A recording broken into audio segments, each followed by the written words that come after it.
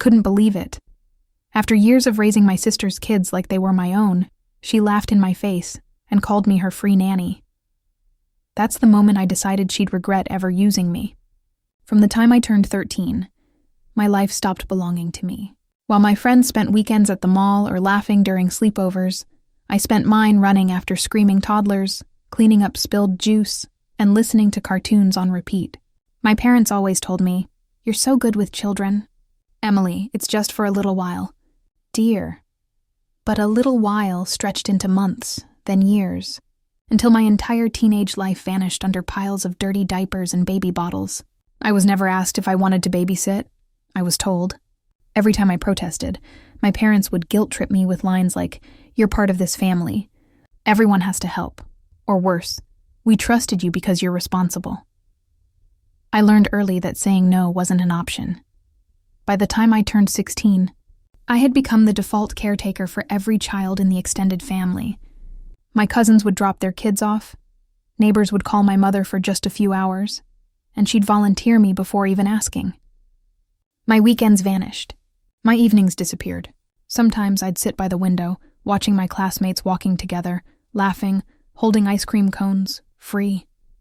I envied them, their freedom, their youth, their choices. Mine had been quietly stolen under the name of helping the family. My older sister Rachel was the shining star of our family. She was beautiful, charming, and constantly praised by my parents.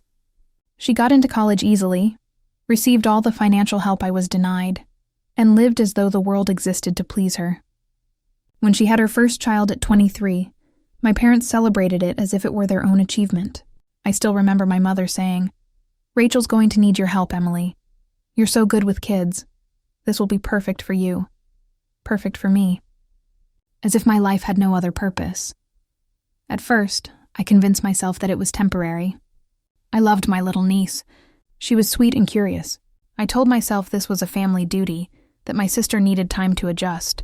But months turned into years, and another baby came along. By then, I was working part-time to save for college. Yet almost every evening after work, I was ordered, never asked, to go to Rachel's house. She and her husband would dress up, leave for parties, dinners, or important outings. And I'd be left to feed, bathe, and put the kids to bed. She'd return after midnight, perfume lingering in the air, thanking me with a quick smile and a casual, "You're a lifesaver, M." Sometimes she didn't even pay me back for the food I bought for her children. When I complained to my parents, they turned it around. "Rachel's working so hard," my father said. "She needs support. You should be proud of helping her succeed." Proud? I was exhausted, broke, and invisible. My friends stopped inviting me to outings because I always had to cancel. I began missing work shifts because Rachel would call at the last minute, sobbing about being overwhelmed. Every time I tried to refuse, my mother's voice would slice through me like a knife. "After everything we've done for you, this is how you repay us?" That guilt was powerful. It chained me tighter than any rope could. Years passed like this. Routine, suffocating, predictable. I'd go to work, come home tired, get a call from Rachel, and spend my nights babysitting. My savings disappeared because I kept spending on her kids. My dreams of going to design school faded into the background like an old photograph. Still, I endured it because I didn't know what else to do. I'd been trained to believe that sacrifice was love, and obedience was gratitude. But one night changed everything. Rachel had gone out again, leaving me with the kids. After tucking them in, I walked into the kitchen to grab a drink, and that's when I heard her voice from the living room. She was on a phone call, laughing loudly. "I swear I'm so lucky," she said. "Most people have to pay a fortune for a nanny, and I've got one living nearby who does it for free. Emily's too soft to ever say no." Her laughter echoed through the room, and my chest tightened. The world blurred for a second. I felt dizzy, like I'd been punched in the stomach. She didn't see me as her sister, her family, or even a person. I was just free labor, someone she could manipulate, guilt, and use. I quietly walked back to the kids' room, stood beside their beds, and looked at their peaceful faces. They were innocent, but their mother wasn't. That was the moment something inside me broke.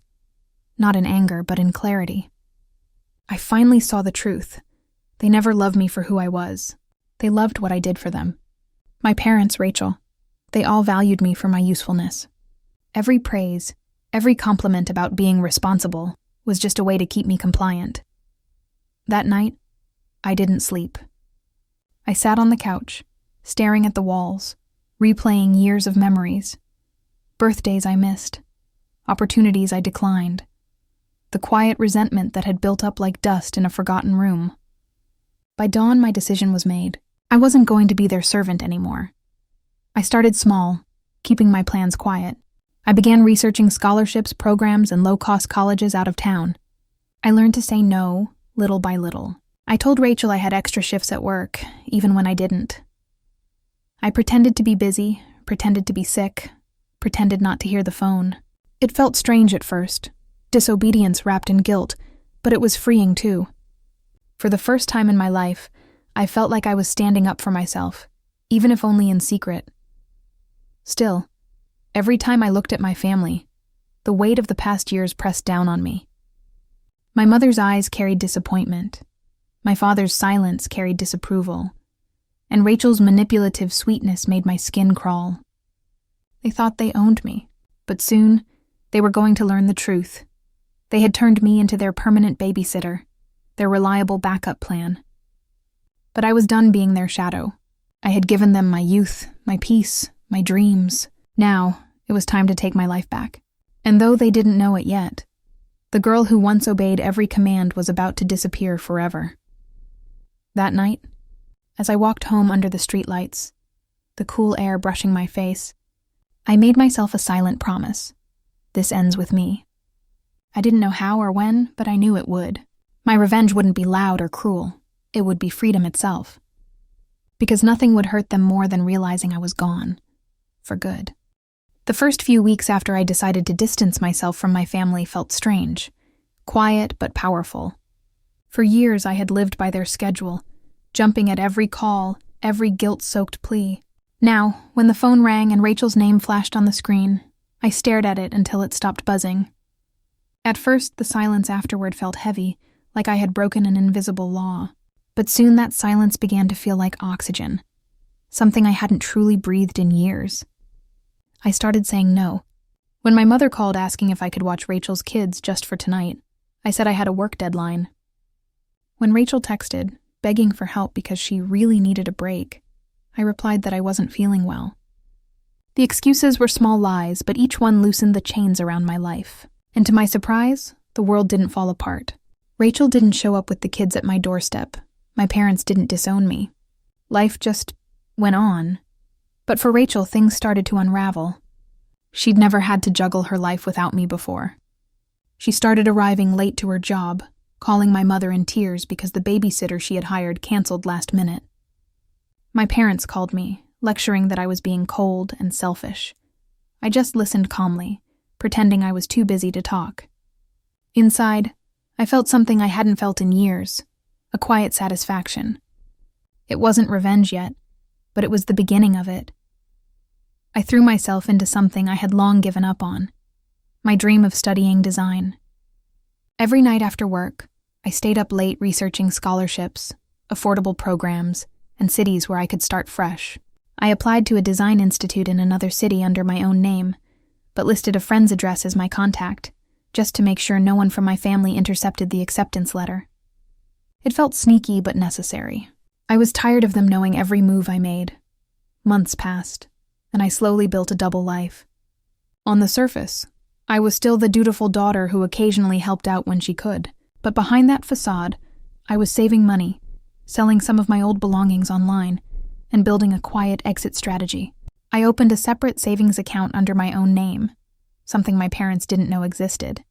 Every paycheck I funneled a small amount into it. It wasn't much, but it was freedom accumulating in slow drops. Rachel's dependence grew desperate.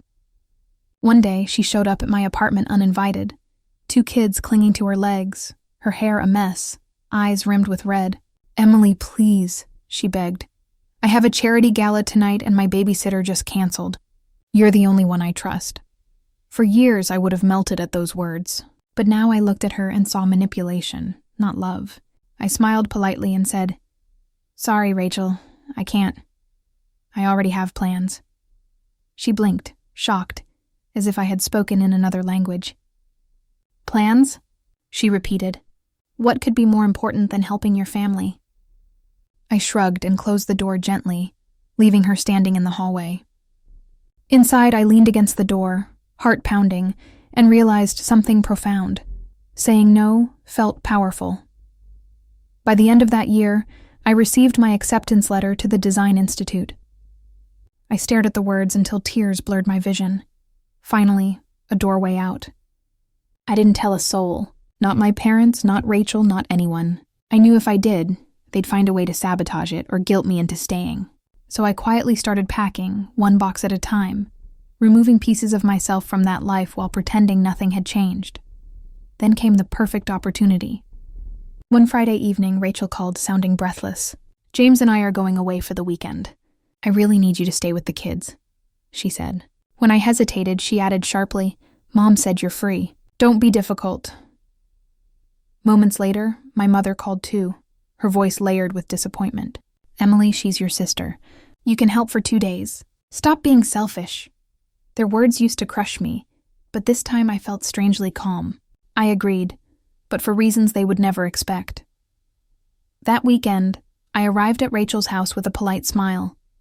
She looked relieved, rushing out the door with her husband. "You're a lifesaver, Em," she said. I watched her drive away, the taillights fading into the night, and I whispered to myself, "Not anymore." The kids were sweet, innocent, and I cared for them lovingly. None of this was their fault. I cooked their meals, helped them with bedtime stories, and kissed their foreheads goodnight. But inside, I knew what I was about to do would change everything. On Sunday night, after the kids were asleep, I wrote a letter. It wasn't emotional or dramatic. It was factual, deliberate. I folded it neatly and placed it on my parents' kitchen table early Monday morning before leaving town. It said, "For 10 years you made me your servant. You took my kindness for weakness and called it love. From now on, I'm living for myself. Don't call me again." By the time Rachel returned from her weekend trip, my apartment was empty. My phone number had been disconnected, my social media wiped clean. I left no trace behind. When she called my parents, they panicked, then realized they couldn't reach me either. My mother cried for days, telling everyone I'd abandoned the family. Rachel sent angry emails, calling me ungrateful and heartless. I didn't read past the first few lines. I was already gone. I arrived in the city with nothing but 2 suitcases, my savings, and my dream. It wasn't easy at first. The rent was high, classes were demanding, and loneliness crept in at night. But even with the struggle, I felt lighter than ever. I woke up each morning knowing my time, my choices, my life finally belonged to me. I got a part-time job at a design studio where my manager saw potential in my work. For the first time, someone valued me for what I could create, not what I could do for them. Months turned into a year. My family eventually stopped calling. Rachel, however, sent one last message through an old friend. She accused me of betraying her, of being ungrateful after everything she'd done. I laughed when I read it. I realized she truly didn't understand. She thought love was control, that giving me chores and responsibilities counted as care.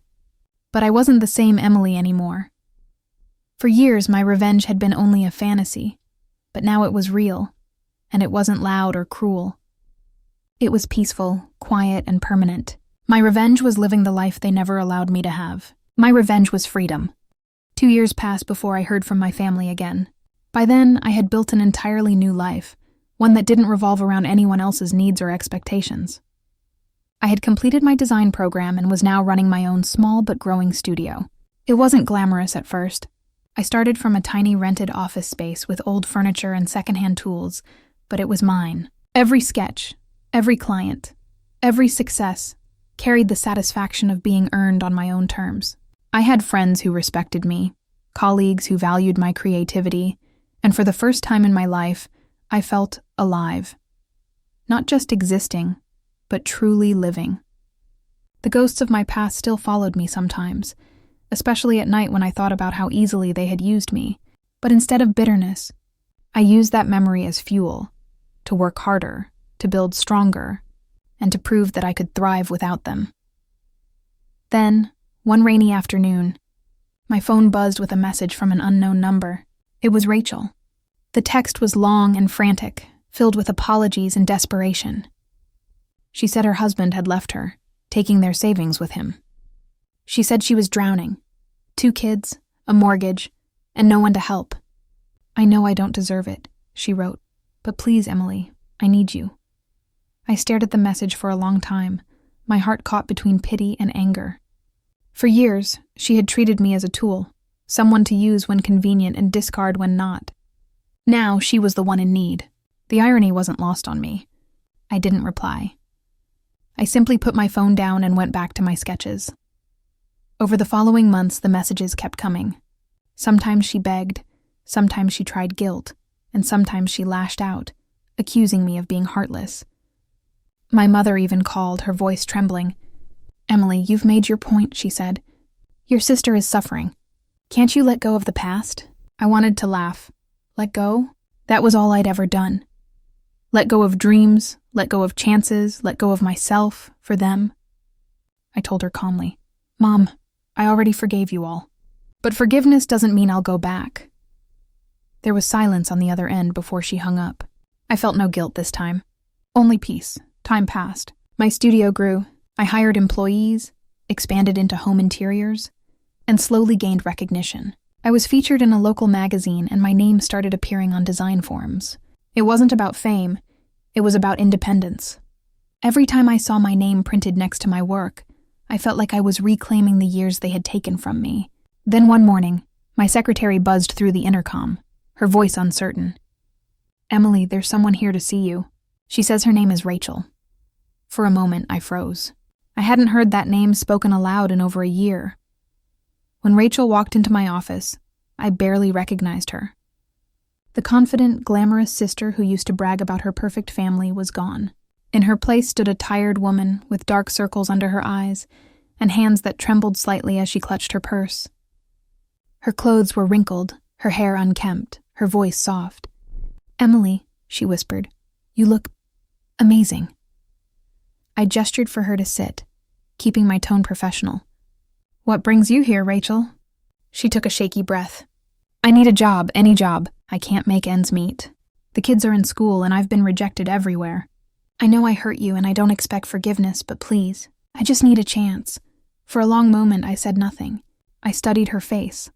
The same woman who once mocked me for being too serious, who laughed about having a free babysitter, who called me ungrateful when I tried to reclaim my life. And yet, in front of me now was not my old tormentor but a broken person, stripped of her pride. Finally, I said, "I can offer you an assistant position. It's not glamorous and it pays modestly, but it's honest work." Her eyes filled with tears. "Anything," she said. "I'll do anything." And so she began working for me. Watching Rachel as my assistant felt like watching a mirror of our past. But this time, the roles were reversed. She fetched coffee, ran errands, and scheduled client meetings, often staying late to organize documents or clean up after events. At first, she seemed embarrassed, unable to meet my eyes, but I treated her fairly, never cruelly. If anything, I was more professional with her than anyone else. I didn't need to humiliate her. Life had already done that for me. Still, it was impossible not to notice the poetic justice of it all. She, who had once ordered me around without gratitude, was now learning what it meant to serve others. Karma wasn't always loud. It was often patient and quiet, like time itself balancing the scales. There were moments when she'd pause by my office door and look at me as if wanting to say something, but she never did, and I didn't push. Some apologies don't need words. Life itself becomes the apology. Months later, during one late evening at the office, she approached me as I packed my things. "Emily," she said softly, "I don't know how to thank you. I know what I did to you was unforgivable, but I see now what I made you go through. I was selfish.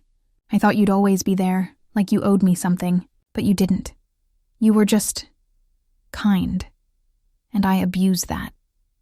Her voice broke, and for the first time in years, I saw genuine remorse in her eyes. I nodded slowly. "That's the problem, Rachel," I said. "You never saw me as a person with dreams, just a convenience." She didn't argue. She just nodded, tears streaming down her face. "You're right," she whispered. "But thank you for giving me this chance anyway." I smiled faintly, gathering my bag. Everyone deserves a chance to change. Just don't waste it. Then I left, stepping out into the cool night air. As I walked through the city lights, the weight I had carried for years finally began to lift.